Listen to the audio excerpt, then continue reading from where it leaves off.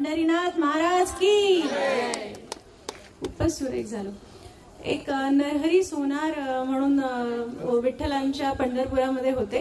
तर नरहरी सोनार आपले महादेवाचे भक्त होते, कट्टर महादेवाचे भक्त.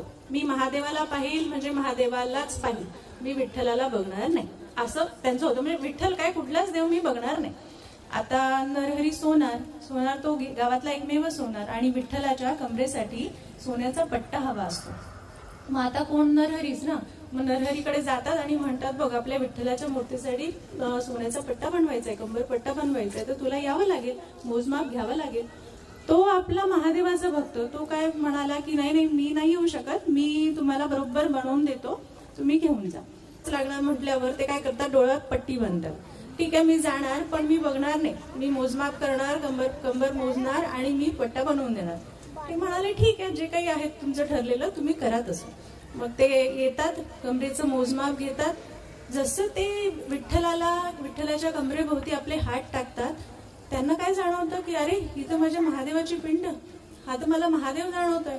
तरी ते 2 मिनिटं थांबतात, पुन्हा ते मोजमाप घ्यायला जातात. त्यांना संपूर्णतः असं जाणवतं की अरे मी तर महादेवासमोर उभा आहे, पूर्ण महादेवाची पिंड मला लागते. डोळ्याची पट्टी काढतात तर हा आपला विठ्ठल त्यांच्यासमोर उभा. अशी ही विठ्ठलानी असे एक आपले भक्त जमवले आहेत. ते म्हणजे नरहरी सोनार झाला, तो सावतामाळी असो किंवा चोखामेळा असो, असे एक सुंदर अभंग लिहिणारे संत आपल्या या महाराष्ट्राच्या भूमीत होऊन गेले.